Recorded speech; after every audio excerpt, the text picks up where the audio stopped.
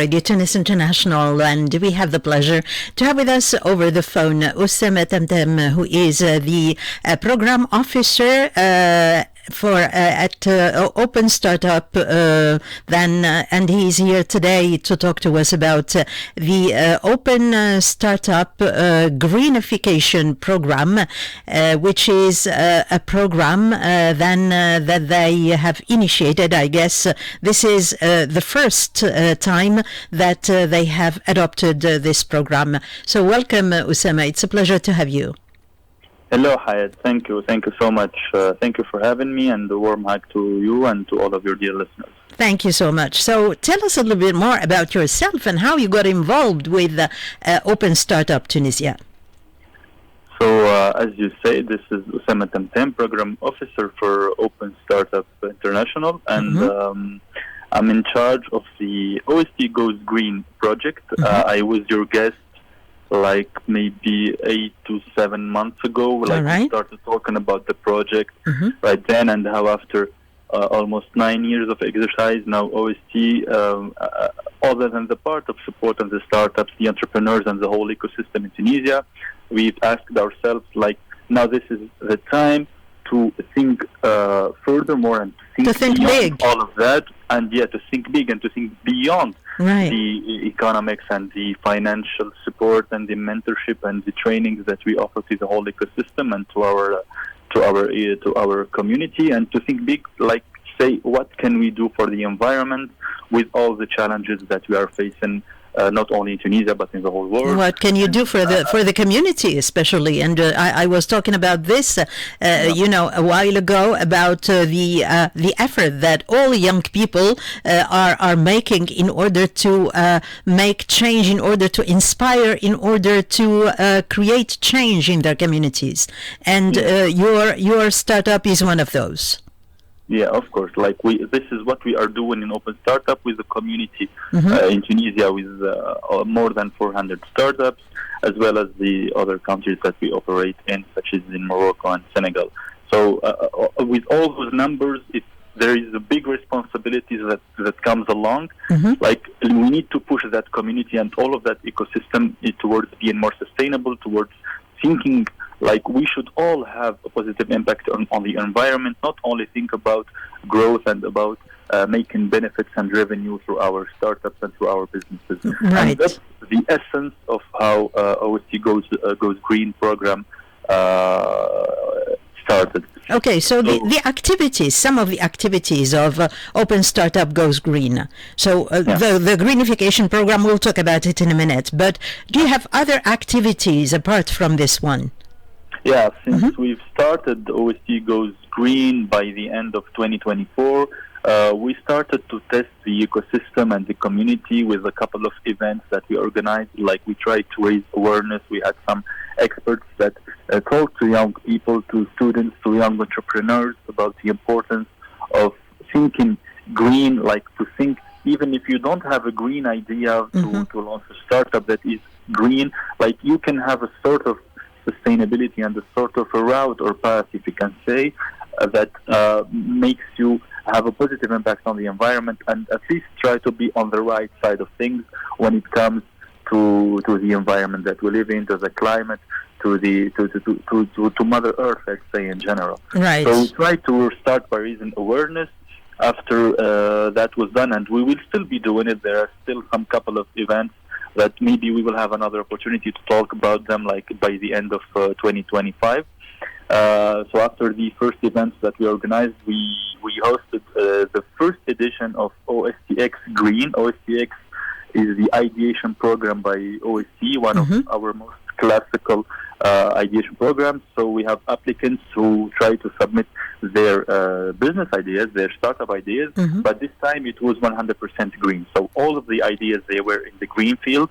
More especially, it was in agriculture and food systems, because we saw that there are big challenges and there is a big interest from young people and from young students who wish to start the entrepreneurship journey. Like, they are very interested in agriculture and in sustainability. So we had the full bootcamp around that with experts and with trainers who are from the field, not only from green, but also from the agricultural field. We've had speakers both Tunisians and internationals. It was a very life-changing experience for them. So they had the boot camp followed by 3 weeks of home assignments where we mentor them, we coach them, and we try to follow up with them. And then we had the final pitch in which 3 of the startups were crowned as the champions or the winners of the first ever edition of OST. Wonderful, wonderful. Yeah. Okay, so we come to this OST Greenification program. What is it and what are its objectives? Okay, so the Greenification program is one of the huge and main pillars of OST Goes Green, along with, like I said, the events and the OCX ideation. The Greenification program is one of the main components. So it's our initiative that we try to have a real impact with it on the community and on the ecosystem. We designed it to support not only startups, but also SMEs and associations in Tunisia. How can you do that? Yeah, I will tell you everything about it now. Okay. So we can do that to push them to move toward a more sustainable and environmentally conscious practice. And it's both for those who already have those practices, so SME startups and associations that already operate in the green field, but also for those who don't have it and they wish to start this route. They wish to start this adventure to be more responsible and more aware about the environment. So it is both for green entities, green startups, SMEs and associations, and also non-green ones that need it the most, that need to be part of this change here now in Tunisia. For the green ones, it's basically to make them scale up, to push their positive impact even further and to have a better impact. But for the non-green entities, it is to actually help them to start this journey together and to start to be more conscious about the environment together. Right. And what makes it special is it's not just about like some other regular classic programs where it's a one-time training, but here in the Greenification program, it's a full support journey that includes not only training, but also mentorship and even access to funding opportunities, which is one of the main things that people are interested in right now. So the idea is to have different types of actors, like I said, whether they're just starting out or already working on the green field, either to grow their impact or to align their work with sustainability goals. Right. Okay. So let's take an example of a green project, for example, that is selected. What do they expect? I mean, from your support, what kind of support do they get from you from this Greenification program? Yeah, sure. First, we're still in the outreach, so I want to tell everyone who can listen to us now that the applications are still open and up to the 21st of September, so everyone can still apply. All right. And to respond to your questions, what can they get? So they get tailored training dependent on their stage and needs, because it's different from startups, SME, association, and even for their growth and for what they are actually doing before they come to the program. So it's not the same for everyone. So we try to tailor the training dependent on the needs of each participant. Okay. After the training, we will have one-to-one mentorship with every selected entity that will be assured by professionals and sector experts from the sectors of the selected entities. And based on the results of the trainings, and the one-to-one mentorship, especially with the experts, they will have a chance to receive funding tickets to help implement, like I said, or grow their green ideas that already exist, or to implement new ones for the non-green entities. To help understand that more, like maybe I should talk more about the applications and what should be in an application and what should people expect in the application. So like I said, it's open until the 21st of September. So there's plenty of time to apply. And one major and huge detail, like why I wanted to mention this especially, is the application forms are project-based. So no matter if the green or the non-green entity that wishes to apply, they will have to submit a project that they wish to implement. And that is basically the project that they are requesting funding for. Okay. So they will find a form that we need a clear description of a feasible project a timeline for it, and an estimation of the budget. They are all necessary to complete the application. And based on the project they provided, their estimation of the timeline and their estimation of the budget, add to that the results of their training and the results of their one-to-one mentorship and coaching with experts who will see the feasibility, who will see that if their project, are they really able to do it, is the budget they provided really feasible and really concise and really in alignment with the project, then we will have a final decision to select based on all that, they will receive funding. Right. Based on all that, all the criteria that you have mentioned, then the selection will be made for the green projects who will benefit from funding.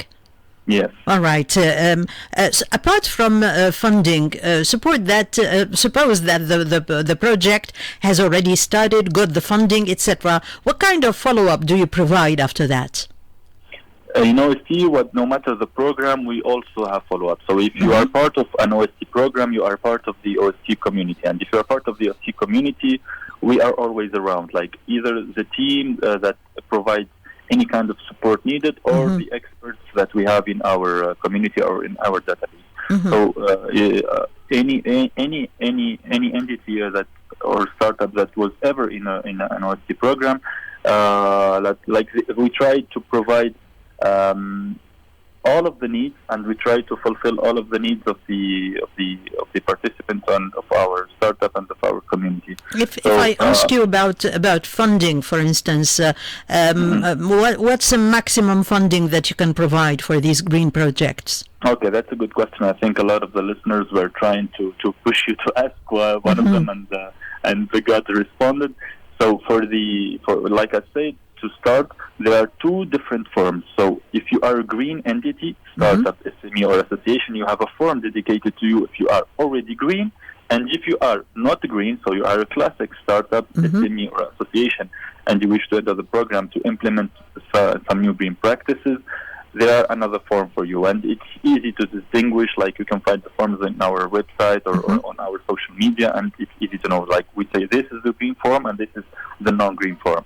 So for the green entities, the maximum funding is 60,000 dinars. Not every applicant that will be selected for funding will get them, but that's the maximum. And for the non-green entities, the maximum is 30,000 dinars. Right, so 60 and 30. Yes. All right. Now the program or the funding is open for those who have green ideas, or for SMEs or you said associations who are already established and come up with green ideas projects, or projects that are related maybe to the environment. Yes, of course. Like if we're talking about eligibility and criteria and who is this mainly addressing, of course, every entity that we are speaking about, like either startup, SME, or association, they have to be based in Tunisia, and they have there needs to be some kind of organization viability. They need to be already working or exercising their practices in Tunisia and based here.